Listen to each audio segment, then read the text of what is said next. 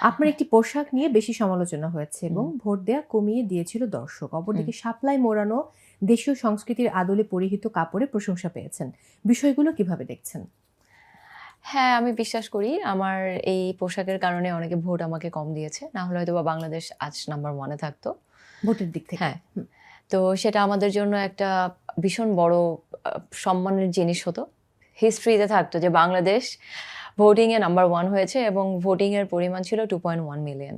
Wow! So যদি এই ব্যাপারে নেগেটিভ প্রচারণা না হতো তাহলে হয়তোবা হুম, হুম, 3-4 মিলিয়ন ভোট আমি পেতাম। I believe. ওয়াও! বিকজ ওভাবেই যাচ্ছিল। হুম, হুম, রেশিওটা ওই হুম। ধরনেরই ছিল।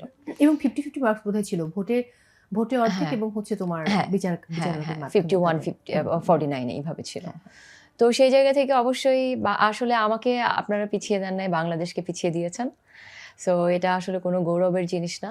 আর যেহেতু একটা কম্পিটিশনে গিয়েছি, সেই কম্পিটিশনের কিছু রুলস থাকে যে আমাদের কম্পিটিশনে কম্পিট করতে হলে হুম। এটা পড়তে হবে। Bikini, evening gown, national costume and closed interview. এই ৪ টা জিনিসের উপর মার্কিং হয়।